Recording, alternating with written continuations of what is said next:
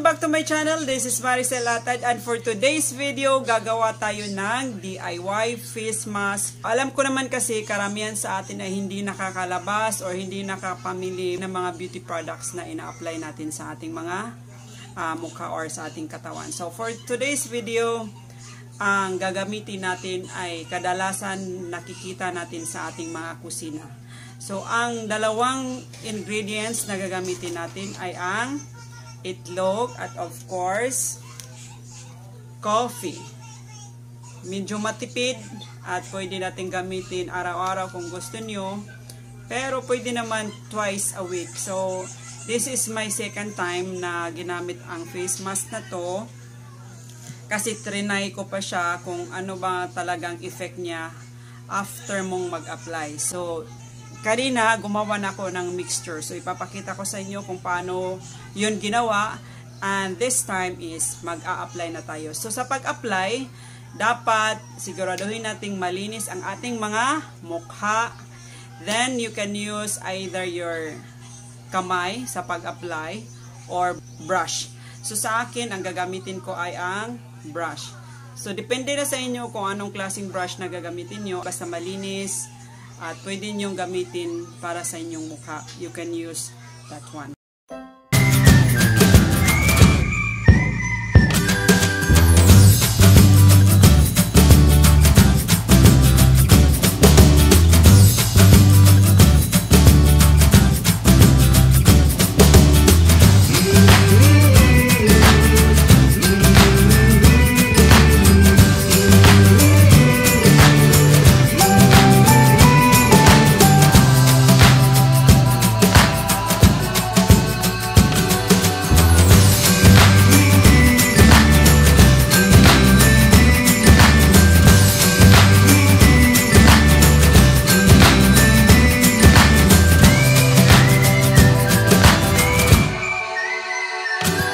Mixtures niya kanina.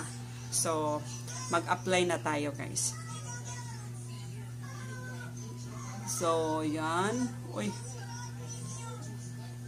So, sa napansin ko, pag mag-apply tayo nito, of course, may panahon na tumutulo siya. Pero it's up to you kung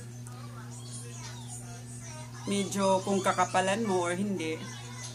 Tapos, ang ating face mask, guys, hindi siya katulad ng ibang face mask na pini-fill off mo lang. Ito, kailangan mo talagang i-wash ang iyong mukha pagkatapos.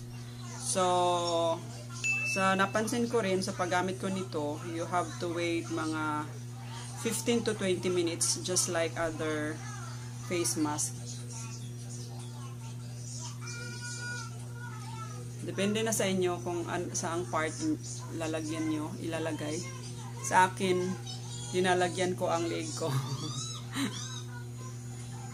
Tapos, dalawang coating ang paglagay ko, dalawa. Para medyo makapal siya. Tapos,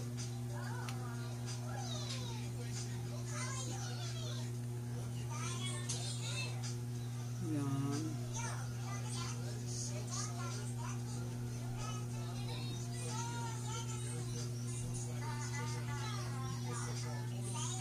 Kung gusto nyo ng medyo makapal sa mukha, i-second coating nyo lang. Parang nagpipinta lang. Parang nagpipinta lang.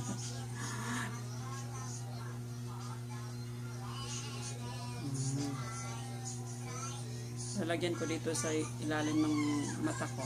Kasi grabe ng eye bags ko.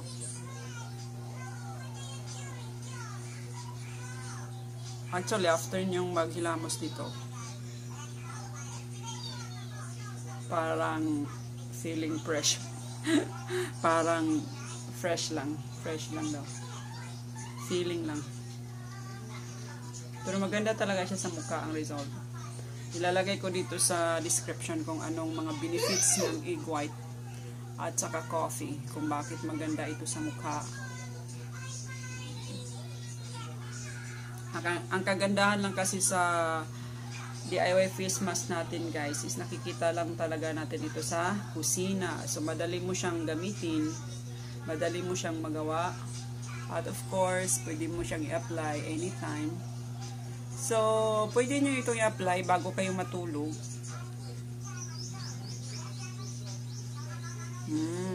Parang nagtatan lang ako. Nagtatan. Tapos, kung gagamit kayo nito, gumamit na rin kayo ng mga medyo dark na damit para in case na matapunan ang damit nyo during pag-apply, okay lang. Yan. Lalagyan ko muna ang leeg ko. Sasama ko ng leeg ko para mas okay ang effect. Kahit face mask yan. Face mask na.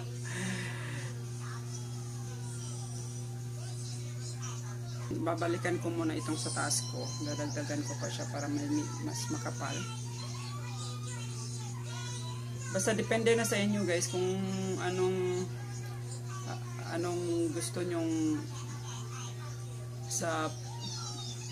depende na sa inyo kung anong gusto nyo, medyo makapal or manipis. Sa akin gusto ko medyo makapal.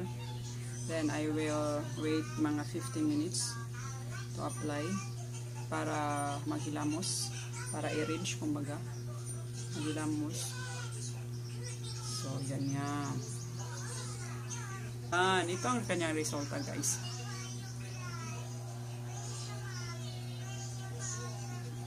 Ang bango ng coffee.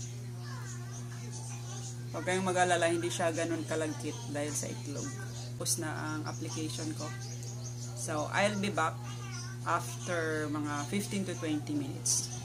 So, ito na ang resulta niya guys. Nag-dry na siya. Hindi na ako masyado makapagsalita kasi nag-dry na ang ating face mask.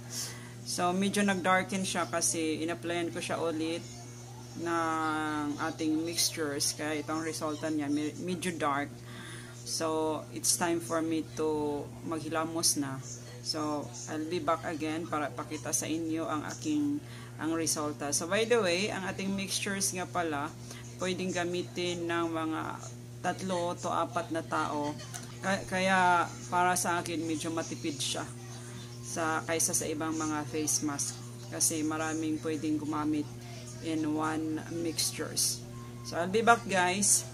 So, ito na guys ang kanyang resulta after kong maghilamos. So, of course, ginamitan ko siya kung anong sabon or yung ginagamit nyo sa mukha, pwede nyo gamitin pag hilamos nyo or para makuha yung ating face mask. So, ito na ang kanyang result. Yung mukha mo, super lambot niya. Tapos, mafe-feel mo talagang yung parang nalinis yung mukha mo, yung malinis ang mukha mo. Tapos tingnan nyo itong, di ba sabi ko kanina is twice na akong gumamit nito. So tingnan nyo itong aking pimples. So unti-unti na siyang namamatay, tingnan nyo. So twice pa lang yun. So ito na kanyang resulta. May sumingit. So actually yun ang sinasabi ko kanina na ang ating mixtures ay pwedeng gamitin ng mga 3 or 4 na tao. So medyo matipid talaga siya guys. Ay nagpapapansin. O sige na, sa'yo na ang corona.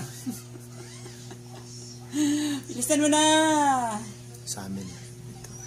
Hindi na lang ko sa amin. Ganyan guys ang kanyang result. Ang ganda. Ang ganda ng mukha ko. Yan. Tapos soft, malambot at kinis. Yun ang napansin ko after kong gumamit ng ating face mask. So, yun lang guys. Hopefully, may natutunan kayo or may apply nyo ito. Basta, ang kaibahan lang kasi ng face mask natin is you have to prepare. You have to mix it well. Yung